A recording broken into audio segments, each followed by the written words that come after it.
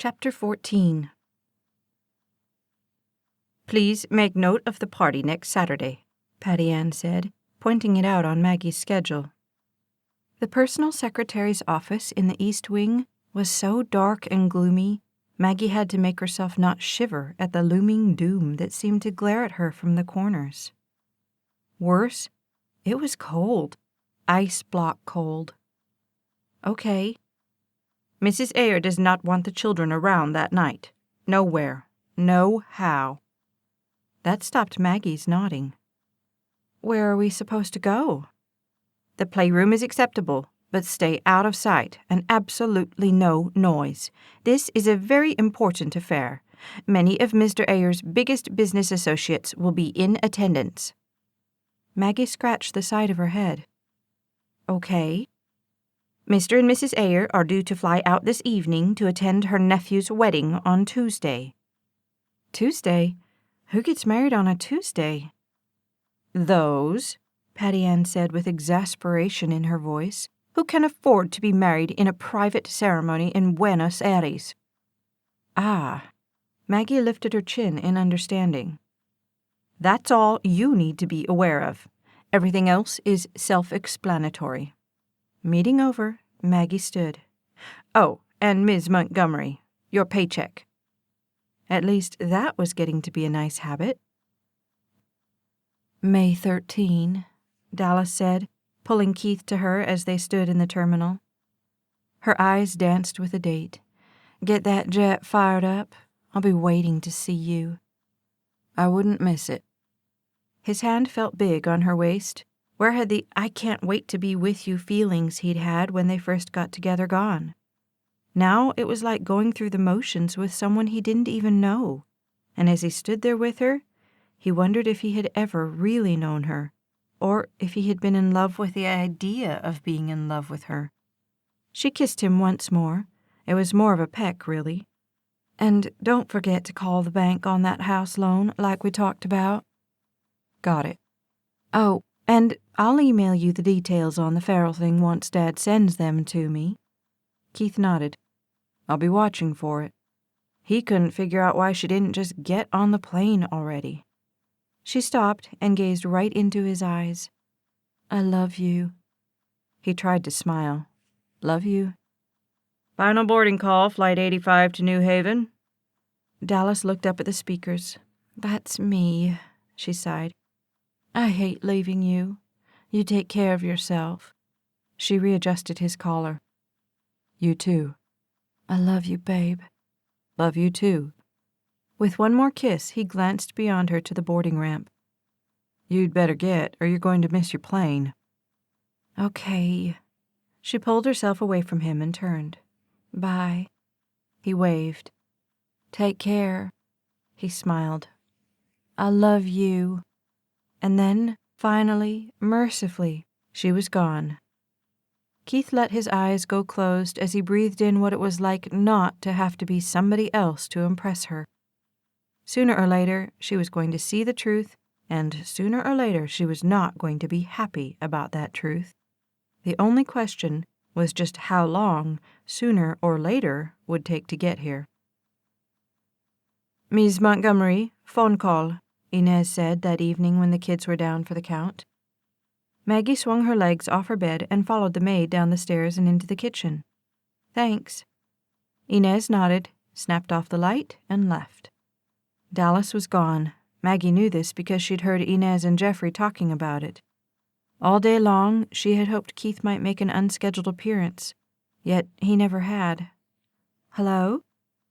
"Maggie, oh good, I'm glad I caught you." "Greg?" Her heart fell through the name. "You remembered." "Of course I remembered. You have such little faith in my memory. What's up?" "I was thinking we should get together again. Maybe tomorrow night. What do you say?" "Oh, Greg." She sat down on the chair in the breakfast nook. "I don't know. The Ayers are gone, and I have no idea when I'll get another day off, but it definitely won't be tomorrow." "Nights? You don't even have nights off?" "Not really." Her mind tripped back over the little bruises that had faded from everything but her memory. If it was up to her, she would never have so much as another minute off. That sounds like slave labor. She sighed. It's not so bad. He seemed to think through their options, which, from Maggie's point of view, didn't seem exactly abundant. Well, you're free now, to talk, I mean. Yeah. Softness for him drifted through her. I'm free to talk now. I'll take it. His parents were gone. Keith knew that. Dallas was also safely back in Vermont. He knew that because she had called when she got there. Sunday morning was his first chance, and he wasn't going to blow this one. He stood on the front steps, pressed and ready for church. All he wanted was to spend a couple of hours with the only person who still represented sanity in his world. He rang the doorbell, and nerves crashed through him. What if she told him no? What if she laughed in his face? He reached to ring it again when Inez opened the door. Mr. Ayer? Inez. He ducked, knowing she could as easily as not close the door in his face. His hands found his pants pocket. Is Miss Montgomery here? Confusion slid over her face. Yes, I think she's upstairs. With his head tilted, he looked at her. Do you mind? It took a breath, but she opened the door wider. Go on. You're an angel, Inez.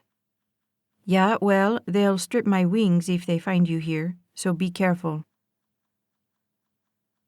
The thought of church always brought with it a pang of guilt and a pang of regret. Maggie wished she could load the kids into the little Chevette and no one would know, but there was fat chance of that happening. God, I hope you know I would be there if I could. A soft knock sounded on the door, and she looked up. Joy jumped through her, followed immediately by painful indifference. Keith. Hey, you guys busy? He was in his un-Keith outfit again, nice pants, a button-down white cotton shirt that revealed a solid gold chain at his neck. It made her think of Dallas, which made her heart fall even further. No, come on in. What's up? He sat down Indian style on the carpet in front of her. We're learning our letters. She pointed to another one. P, Peter said with no trouble. And what starts with P? She asked.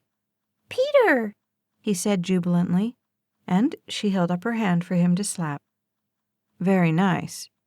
Keith beamed his approval, which Peter obviously soaked up. For her part, Maggie couldn't look at Keith. It just hurt too much. Listen, Keith said, and his gaze drifted over her.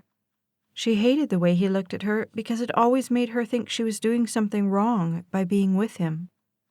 I was going to go into church. I wondered if y'all wanted to come with me. Her gaze jumped to his, and he smiled softly. I don't know. She looked at her watch. We don't have much time. I can't get the kids and me ready that fast. Then you get you ready, and I'll get them ready. He stood from the floor and reached down for her hand. Maggie put her hand in his, and gently he pulled her up. When she was standing only a foot from him, the scent of his cologne invaded her senses, and she fought not to get lost in it. You sure? Positive. There was no other place Keith was meant to be other than right there in that little church holding Isabella with Peter between them. His heart filled his chest as he watched Maggie show Peter how to fold his hands and how to bow his head. He wanted only for her arms to be wrapped around him as easily as she wrapped Peter under her wing and guided him through his prayers. So many things would have been so very different about Keith's life had that one night not happened. He could see in Maggie all the things he had missed when his mother had died, a calm hand to guide him, a compassionate heart to shield him from the cold, harsh world, a way of peace in an unstable, volatile existence. That's all he now prayed for, some way to find what Maggie so effortlessly gave to Peter. Keith let his gaze trail to the front. God, I'm asking here. I don't know how to do this. I see how she is, and I know I want that. But Everything is so messed up. Dad's furious, my job's in the gutter. I don't even know if I want to be with Dallas anymore. Nothing is making sense anymore. Nothing. The congregation sat, and Keith sat with them, resting Isabella on his knee. The little girl snuggled into his chest and stuck her thumb in her mouth. Just to stay here, he would have settled for that. People talk about discerning God's will in their lives, the preacher said. They talk about not being sure what will find them favor in God's eyes. In Psalms 37:4 and 5, it says, "Delight yourself also in the Lord, and he shall give you the desires of your heart. Commit your way to the Lord, trust also in him, and he shall bring it to pass." Delight yourself in the Lord, and he shall give you the desires of your heart. To understand this verse, you must first get hold of what the word desire means. Desire is made up of two parts, de, meaning of, and sire, meaning the Father. So, desire literally means of the Father. Contrast this with what we often think desire means: our wants, our needs, our plans. That's not what it means at all. The sermon had Keith's attention, and he shifted slightly in concentration. When the scripture says he will provide you with the desires of your heart, that means that he will provide you with what he knows you really need, those things that he has put in your heart. Now, what happens a lot of times is we have what seem to be competing desires, two things that are tugging us in different directions. This is where the question of discernment comes in. My best advice on this subject is to walk through the doors that he opens for you and stop pounding on the doors that are locked. You may think that door number 2 will lead you to everything you've ever wanted. So you try it, and when you find it locked, it doesn't work out, or roadblocks seem to drop from the sky, so you start pounding on that door. Many people pray asking for what they want to have happen. But God, he pointed upward, God in his infinite wisdom knows that door will ultimately lead you to heartache and pain. So he chooses to keep it locked for your sake. But if you're like me, you just know that whatever's on the other side of that door will lead you to what you want. And so you will pound and kick and bang on that door, sure that it will lead you to what you want. And if you're like me, you might even get mad at God for not opening that door. God, please, if you'll just let it work out this way. No. He stopped, his face intense. No, that's not going for the desires of our hearts. That's not walking in his ways. That's walking in our own ways and asking God to bless it. He won't. No, God will never bless what he doesn't instigate. Why? Because he will not bless what is not from himself. So, what's the answer to this dilemma? How do we know what God wants us to do? Simple. You walk through the doors that are open. Quit banging on the ones he has closed. Ask him to lead you and to guide you and to open up those doors you are supposed to walk through. Then, as the doors open before you, you will know that you are in God's will for your life. And when you get to a door that is locked, know deep down that he locked it for a reason. You may not be able to see that reason right at this moment, but he has your ultimate best in mind, and if you let him, he will guide you to your ultimate best. The preacher stepped away from the pulpit. Let us stand. Keith stood, but the sermon was on loop in his brain. Walk through the doors that are open. Stop banging on those that are closed. He felt like he'd been banging his whole life, banging to get his father's approval, banging to feel whole again, banging to get someone to notice him, just for him. God, he makes it sound so easy, but it feels so hard.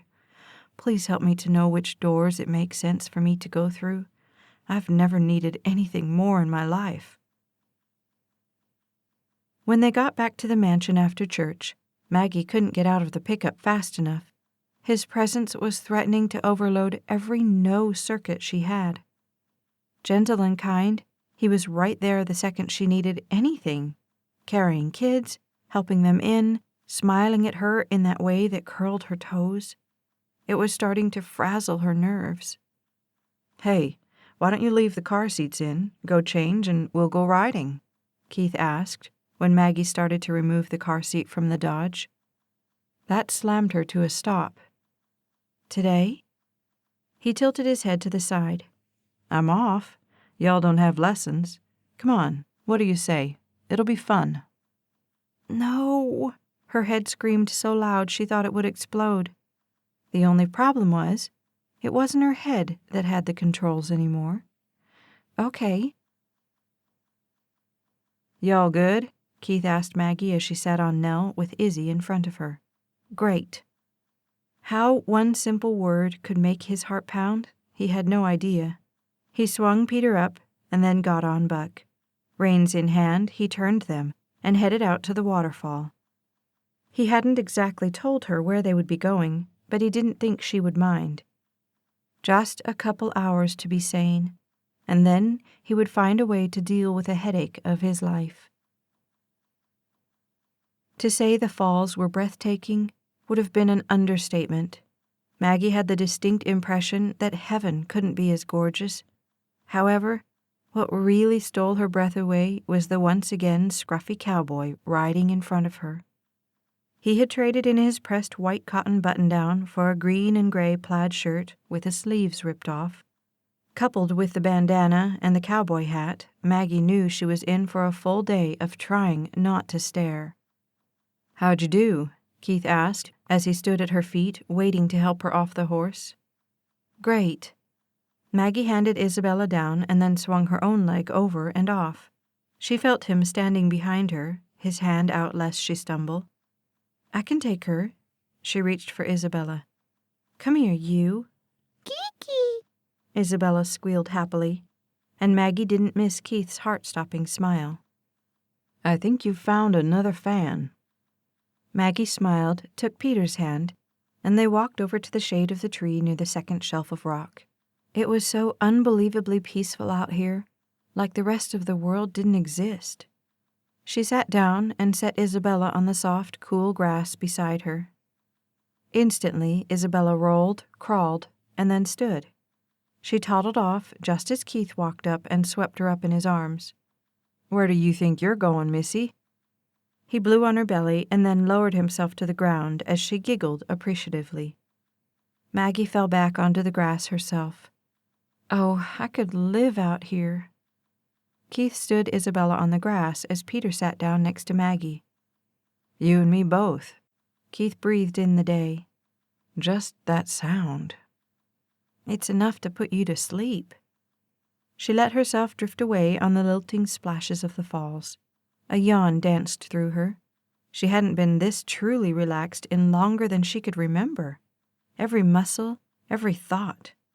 The soft breeze blew a curl across her face, and she brushed it aside.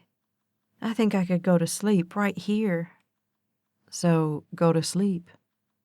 Her eyes came open and she laughed at him. "I'm on duty, remember?" "Well, I for one think you could stand to take an hour off." He picked up Isabella, who was climbing all over him. "Go to sleep. I'll take care of them." The offer was too good to be true, she thought as another yawn attacked her. If Greg hadn't kept her up so late talking, it might not be such a struggle to stay awake now. "Are you sure?" "I'm sure. Relax. I've got this." It was as if 2 seconds after he'd suggested it, Maggie was asleep. She had rolled to the side, taken her glasses off, and curled up with her face lying on her hand. As he played quietly with the kids, Keith watched her. She was beautiful, especially minus the glasses. They threw harsh lines over a face that was anything but harsh. He wondered about them, and about the car, and about the clothes. It was as if more than the bare minimum meant she had asked for too much. His thoughts traced to Dallas and over how different they were. It wasn't that Dallas was a bad person exactly, more that she was shallow in ways he couldn't even adequately explain. Even the college education was about how much money she could make with it, rather than about following her heart's desire. Isabella had long since settled into the crook of his arm, and she too was dozing. He looked down at her, and the thought came to him that this was it, his heart's desire. To have a family, raise them, be there for them, hold them at night, tuck them in. It was as simple and as complicated as that. He glanced over at Maggie, and his thoughts traced to Dallas. Sure, he knew about her dreams of the house and the cars and the jobs. But what about her deeper dreams? What about what she really wanted? Gazing at Maggie, he knew that complicating her life by pursuing her wasn't fair. She was happy where she was, and it was clear from the party that she would never be happy where he had to be. Still, when he looked down into the now sleeping eyes of the child in his arms, he couldn't help but wish that things could be so, so different. A life with Maggie, simple and honest, family and a few friends. He shook his head at those thoughts. It would never happen, and he was setting himself up for more heartache by thinking that it could. When she woke up, Keith was sitting with his back to the tree, holding Isabella and taking a nap of his own. She reached over and pulled her glasses on, making as little noise as possible. It was nice to have this chance just to watch him. He looked so peaceful and content. Next to his thigh laid Peter. The three of them made a picture she knew she would remember forever. It occurred to her then what a good older brother he was, and in almost the same thought, what a good dad he would make someday.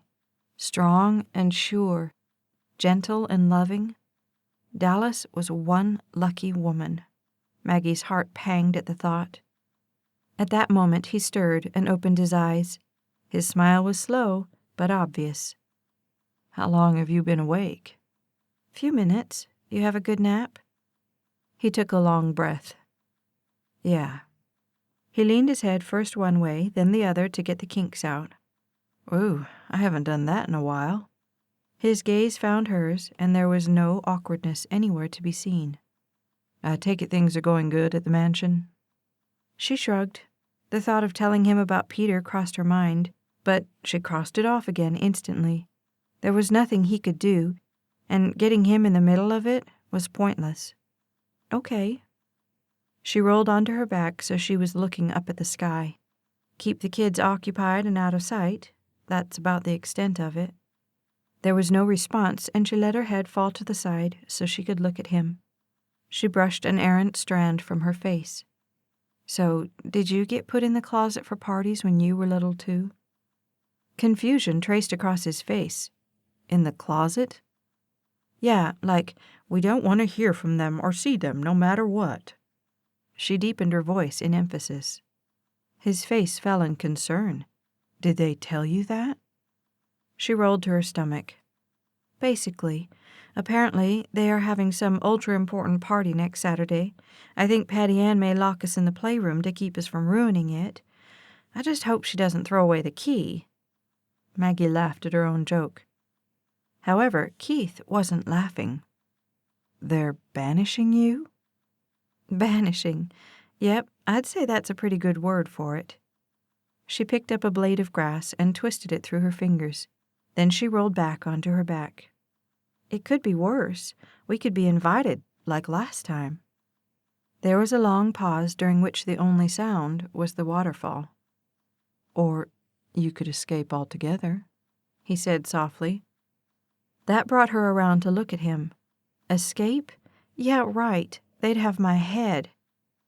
"Not if they knew where you were escaping to," he smiled. She was intrigued and just a little more than concerned. "Such as?" "My place."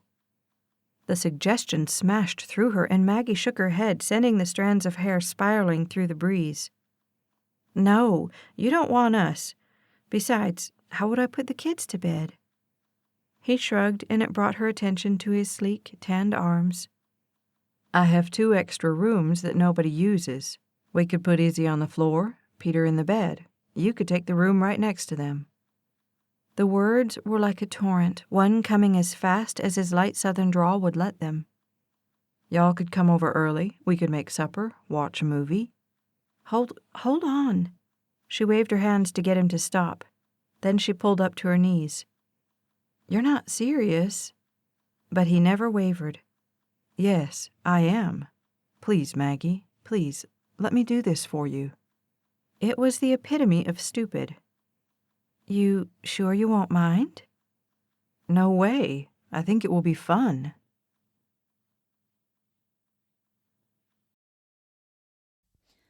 Like and subscribe to the Staci Stallings YouTube channel so you never miss a second of the story.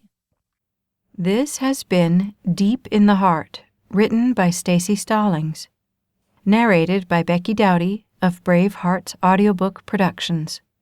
Copyright 2010 by Staci Stallings. Production copyright 2014 by Staci Stallings.